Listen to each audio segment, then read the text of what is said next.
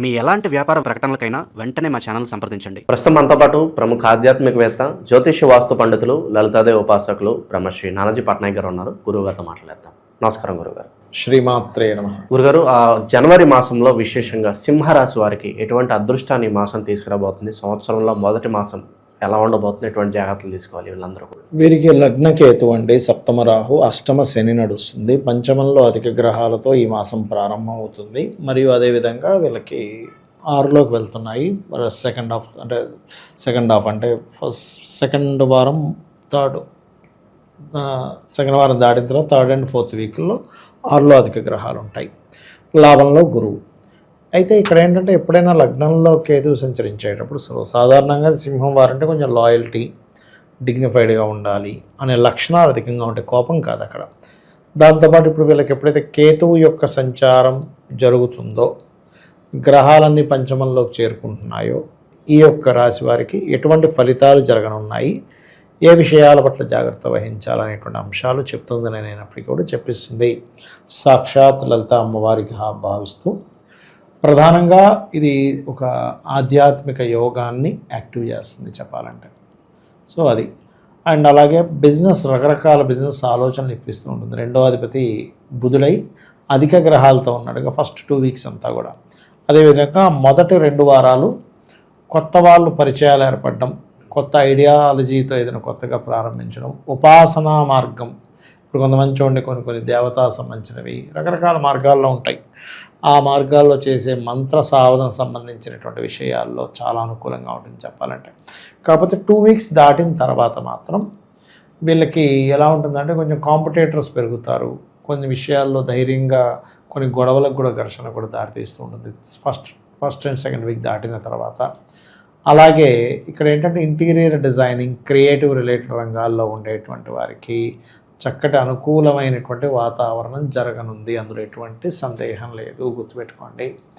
అలాగే మరొక విషయం ఏంటంటే ఇక్కడ గమనించినట్లయితే ఈ రాశి వారికి ముఖ్యంగా ఉదయం నిద్రలేచిన వెంటనే లగ్నంలో కేతువు యొక్క సంచారం జరుగుతుంది కాబట్టి వీళ్ళు నిద్రలేచిన వెంటనే సూర్యభగవాను, గణపతిని ఎంత ఆరాధిస్తూ ఉంటే అంత బాగుంటుంది. ఎందుకంటే తెలియని ఒక వైరాగ్యం, తెలియని ఒక విరక్తి, అబ్బా నేనేం చేయలేనులే, నాకు వద్దులే అనిపిస్తూ ఉంటుంది. ఎందుకంటే లగ్నంలో కేతువు కదా. కాకపోతే ఎంత లేదైనా వీరికి ఏంటంటే వీళ్ళు వెంటబడి నాకు ఇది కావాలని అడగరు, అర్థం చేసుకుని అవతల వాళ్ళు ఇవ్వాలని కోరుకుంటుంటారు. దాంట్లో కొంత స్ట్రెస్ అవుతూ ఉంటారు. అయితే అష్టమ శని జరుగుతుంది కదా సింహం వారికి అనే ఒక చిన్న భయం అనుకోండి, కొంచెం కంగారుగానే ఉంది. అష్టమ శని జరిగేటప్పుడు ఒకటే, మనము కొన్నిసార్లు చూడండి నిందపడుతూ ఉంటాం, చెయ్యని దానికి కూడా ఇటువంటివి జరుగుతుంటాయని మనం యాక్సెప్ట్ చేస్తూ, సరే ఇది సమయం కాదులే, కాలమే నిర్ణయిస్తుంది అనుకుని కొంతవరకు మనం ఓపిక పట్టవలసిన పరిస్థితి ఉంటుంది. ఇక్కడ ఎందుకు నిలబడతారు ఏంటంటే ఆల్ ఆఫ్ సడన్గా ఇమీడియట్ యాక్షన్స్ కొన్ని తీసుకుంటారు. ఆల్ ఆఫ్ సడన్గా ఇల్లు మారిపోవడం, ఆఫీస్ మారిపోవడం, లేకపోతే ఇంకోటి ఏదో సడన్గా చేసేయడం, సీక్రెసీగా చేయడం. అష్టమంలో ఉండే గ్రహం సీక్రెసీగా ఇస్తూ ఉంటుంది. సీక్రెసీగా ఏదో చేయడం, ఏదో రిలేషన్ పెట్టుకోవడం, ఇట్లాంటి వాటి వలన ఇబ్బంది వస్తుంది. అలాగే సప్తమ రాహు ఉన్నందుకు జీవిత భాగస్వామికి విదేశీ అవకాశాలు వస్తాయి చెప్పాలంటే ఇక్కడ. అలాగే వీళ్ళు ఏదైనా వివాహం కోసం చేసే ప్రయత్నాలు కూడా, ఇప్పుడు రాహు సప్తమంలో శతభిష నక్షత్రంలో ఉంటున్నాడు కాబట్టి, అంటే స్వాతి, శతభిష, రుద్ర 3 కూడా రాహు నక్షత్రాలే. సో శతభిష నక్షత్రంలో రాహు ఉంటున్నాడు కాబట్టి ఇక్కడ ఏంటంటే ఇక్కడ పార్ట్నర్స్ కొంచెం విదేశీ సంబంధించిన వాళ్ళు, కొంచెం డిఫరెంట్ రిలీజియన్, డిఫరెంట్ క్యాస్ట్లో ఉండే వాళ్ళు కుదరడము, ఇలాంటివి అవుతూ ఉంటాయి. అదేవిధంగా పంచమాష్టమాల్లో గ్రహాలు ఉంటూ లాభంలో గ్రహం ఉన్నప్పుడు కూడా ఏంటంటే ఎక్కువ షేర్ మార్కెట్ వైపు ఆలోచన వెళ్ళడం, షేర్ మార్కెట్ చేసి దాని తర్వాత మళ్ళీ ఇబ్బంది పడ్డం ఉంది కాబట్టి షేర్ మార్కెట్ జోలికి అసలు వెళ్ళకూడదు. ఎందుకంటే ఇక్కడ పంచమాష్టమ స్థానాల్లో గ్రహాలు ఉంటూ లాభంలో ఎప్పుడైతే గురువు ఉన్నాడో ఏదో పెద్ద మొత్తంలో నాకు వచ్చేస్తుందిలే, ఈ కష్టాలన్నీ తీర్చుకోవచ్చు అనేటువంటి ఒక చిన్న ఆశతో, అది కూడా ఎప్పుడు కూడా అండి మీరు గమనిస్తే ఏ పురుషుడైనా అతని కోసం కంటే కూడా అతని పిల్లలు, భార్య కోసం సంపాదిస్తాడు. అందుకని ఆయన కోసం సంపాదించుకోవాలంటే ఉంది, ఒక 10,000 ఉంటే చాలు. ఎక్కడైనా పోయి హాస్టల్స్లో ఉండి చక్కగా ఉండొచ్చు, పెద్ద విషయం కాదు. హాస్టల్ ఎంత అంటే 6,000, 4,000 పక్కన పెట్టుకుంటే 4,000 చిల్లర ఖర్చులకు వస్తాయి. పెద్ద విషయం కాదు. ఒక మనిషి బతకాలంటే 10,000 హ్యాపీగా బతుకుతాయి. చాలామంది ఉంటారు, చాలా హాస్టల్స్ ఉన్నాయి మనకి అమీర్పేట, 6,000, 7,000కి. కానీ ఫ్యామిలీ అనేసరికి అన్ని మెయింటెనెన్స్లు ఇవన్నీ ₹1,00,000 సంపాదించాలి, 50,000 సంపాదించాలి, తక్కువ కనీసం 20,000 సంపాదించాలి ఇవాళ రేపు ఉండేటువంటి ఖర్చులకి. కాబట్టి ఏంటంటే ఇక్కడ వీరికి లాభాల విషయంలో మనం చూడండి, ఒక్కోసారి బెట్టింగ్స్ అని, క్రికెట్ బెట్టింగ్స్ అని ఈజీగా వస్తాయి. ఇట్లాంటి జోలికి మాత్రం వెళ్ళొద్దు. శత్రువుపై జయం మాత్రం 3rd and 4th వీక్ ఎక్కువగా ఉంటుంది. కాంపిటీషన్గా రాణిస్తారు. అండ్ అదేవిధంగా కొంచెం అప్పులు లభిస్తాయి. ఫస్ట్ 2 వీక్స్ ఏమో అప్పులు తీరుతాయి. అప్పులు తీర్చాలనుకునేవాడు ఫస్ట్ 2 వీక్స్ కనుక ప్రయత్నం చేస్తున్నట్లయితే అప్పులు తీరుతాయి. సెకండ్ అయిపోయిన తర్వాత 3rd and 4th వీక్ మాత్రం రుణం కోసం ప్రయత్నం చేసేటువంటి వారికి రుణ సంబంధించినటువంటి విషయంలో చాలా చక్కటి ఫలితాలు వస్తాయి.